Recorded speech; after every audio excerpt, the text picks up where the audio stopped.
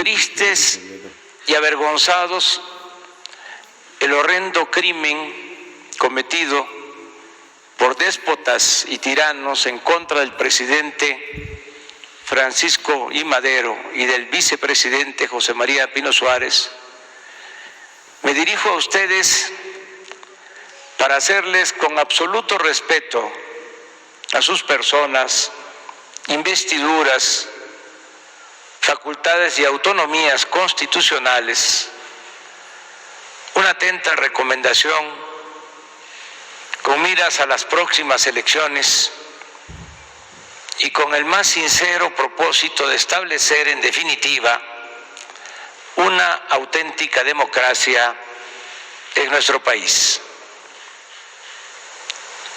En muy pocos momentos de nuestra historia se ha visto realizado este ideal de la democracia. Y recuerdo tres. Primero, cuando triunfó el movimiento revolucionario y gobernó el apóstol de la democracia, Francisco I. Madero. Luego, en el año 2000, cuando se respetó el triunfo del Partido Acción Nacional y de su candidato a la presidencia, y recientemente, en las últimas elecciones del 1 de julio de 2018, cuando la mayoría de los ciudadanos decidió apoyar el proceso de transformación que está en marcha para desterrar la corrupción y el régimen de injusticias y privilegios que predominaba. Como es evidente, en la actualidad hay condiciones inmejorables para convertir en realidad esa aspiración histórica de México y establecer una verdadera democracia en nuestro país. El pueblo así lo demanda. Hay partidos bien definidos en el terreno político e ideológico. Existen instituciones electorales encaminadas a ser cada vez más libres e independientes, como el Instituto Nacional Electoral, el Tribunal Electoral del Poder Judicial de la Federación y la Fiscalía Electoral, recientemente creada, para combatir delitos que se cometan en esta materia y que ahora están considerados en la Constitución y en el Código Penal como graves, por lo que se castiga con cárcel y sin derecho a salir bajo fianza a quienes violen las libertades políticas de los ciudadanos.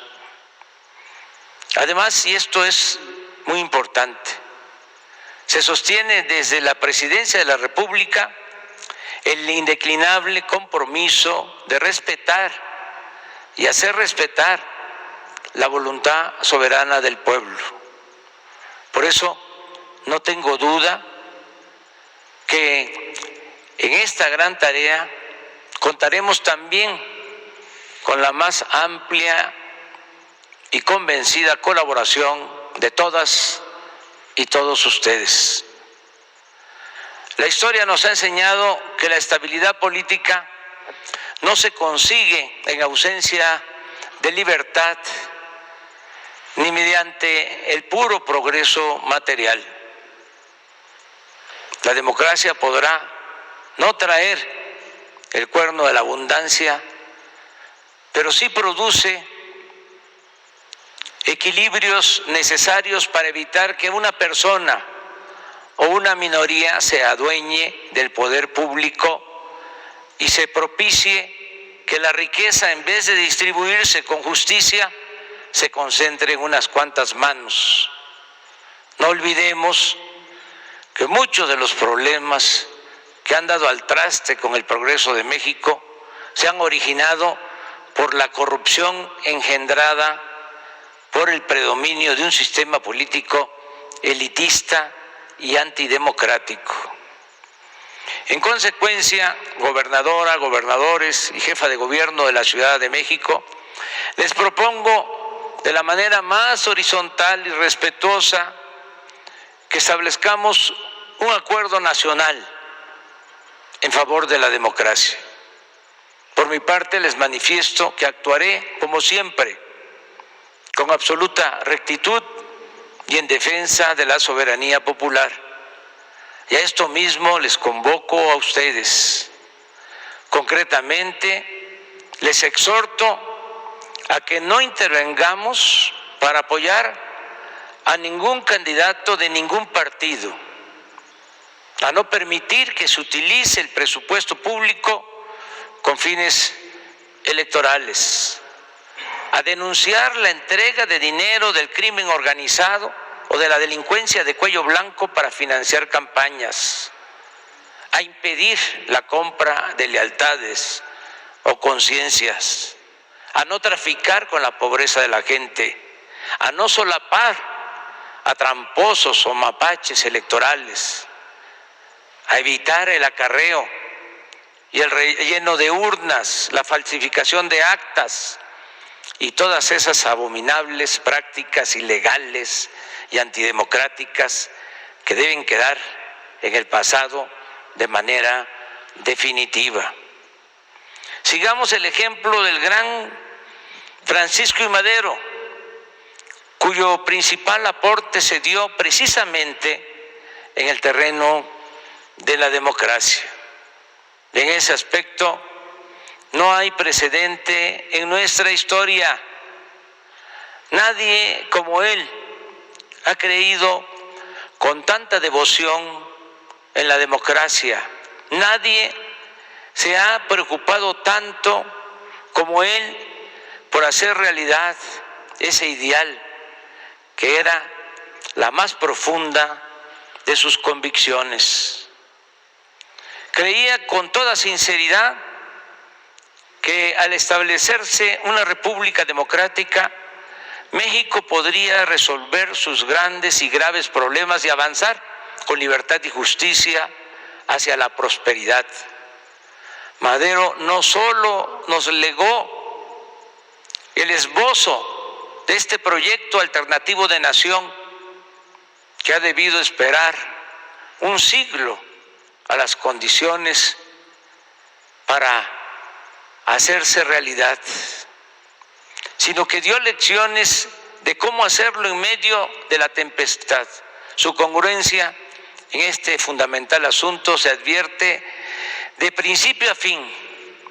Todavía estaba en Ciudad Juárez cuando declaró en mayo de 1911 a un periodista estadounidense del New York World: al subir yo al poder voy encarnando dos principios, uno de ellos sancionado ya por la Constitución y que de mí depende que se cumpla, y que es el de la no reelección. Otro, el sufragio efectivo. Para lograr este último se necesita reformar la ley electoral, y esto depende principalmente del pueblo, pero yo me voy a constituir en el principal guardián de esa prerrogativa popular y consideraré que mi principal deber es facilitar la libre manifestación de la voluntad popular a fin de que las leyes sean genuina expresión de esa voluntad. En una palabra, voy a ser el principal amigo y defensor de las libertades del pueblo.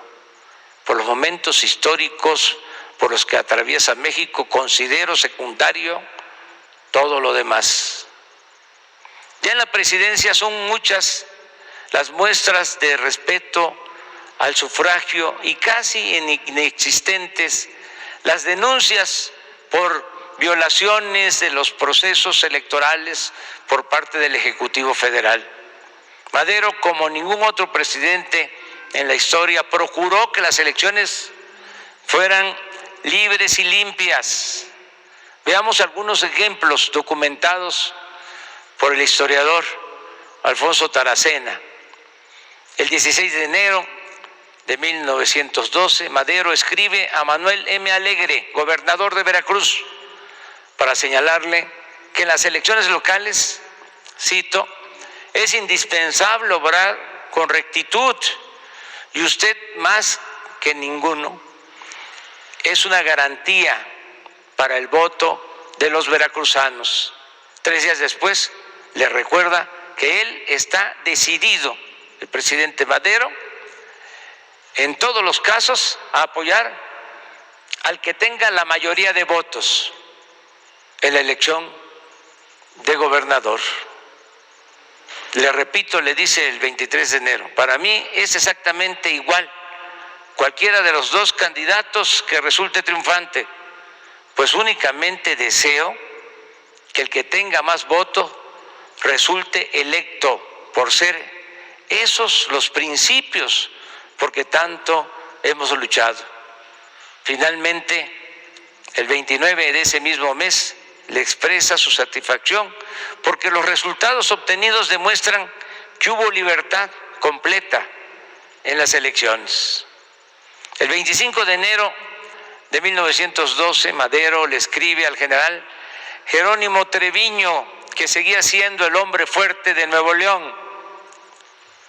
Cito, usted sabe que los principios de nuestro gobierno son hacer que sea respetado el voto público en todo y por todo, y considero que únicamente son estables en los gobiernos de los estados los gobernadores que cuentan con la mayoría.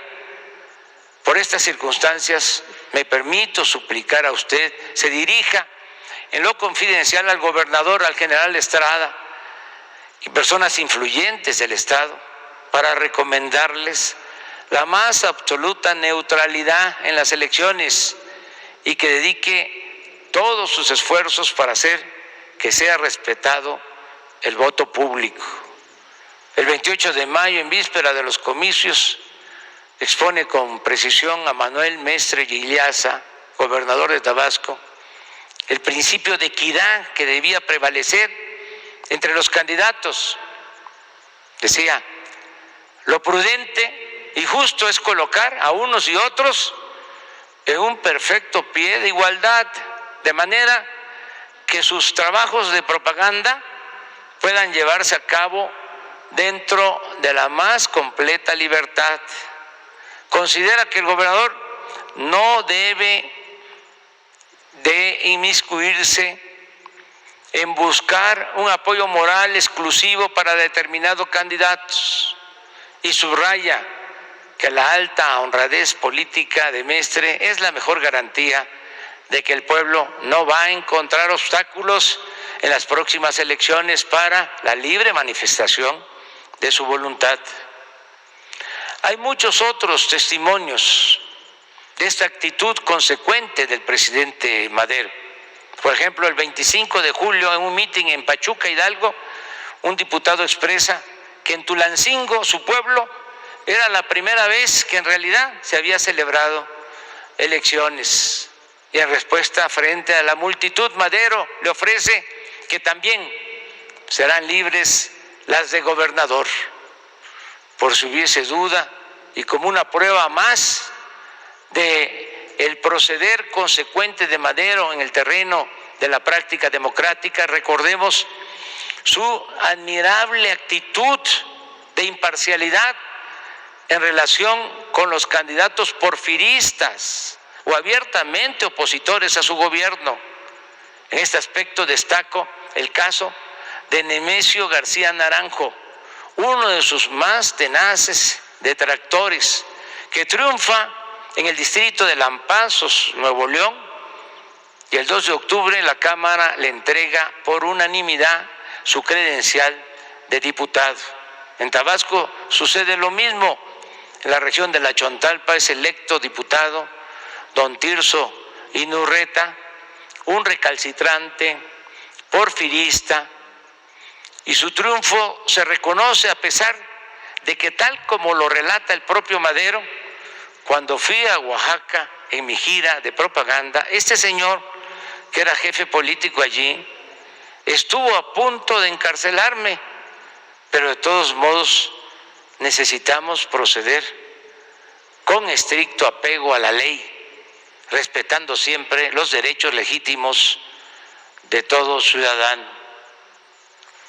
La diferencia abismal entre Madero y Porfirio Díaz la describe de manera magistral José Vasconcelos en 3 renglones, haciendo evidente, dice, el contraste de un presidente demócrata que se informa de los nombres de los diputados al mismo tiempo que el público, y el antiguo presidente que formaba la lista del Congreso meses antes de la elección. En fin, bajo el gobierno de Madero, como casi nunca se ha visto en México, hubo elecciones libres y limpias. Esto, por si fuera poco, se logró en medio de intensas turbulencias políticas y sin antecedentes de una práctica democrática en otros momentos de nuestra historia. Es decir, quedó manifiesto, y esa es una de las lecciones de Madero, que ayuda mucho la voluntad presidencial de hacer valer el sufragio efectivo y convertir en realidad un sistema de gobierno representativo, popular y verdaderamente democrático. Por eso Madero ha sido único.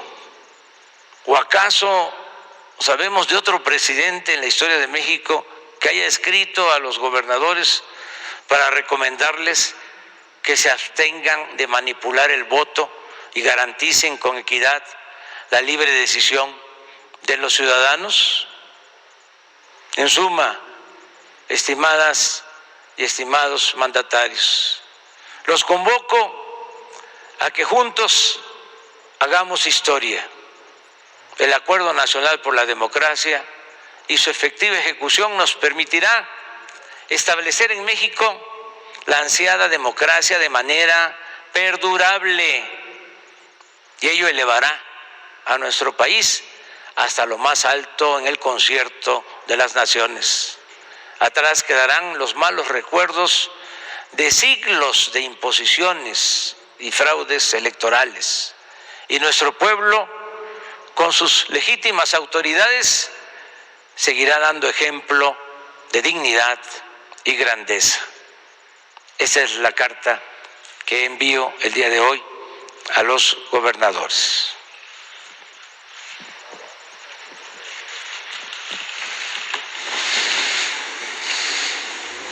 Pues ahora sí, vamos a abrir para preguntas. Argentina.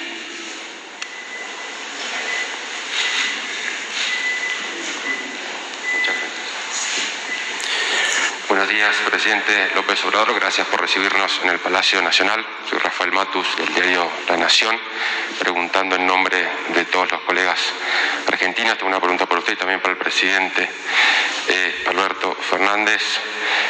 Presidente, quería preguntarle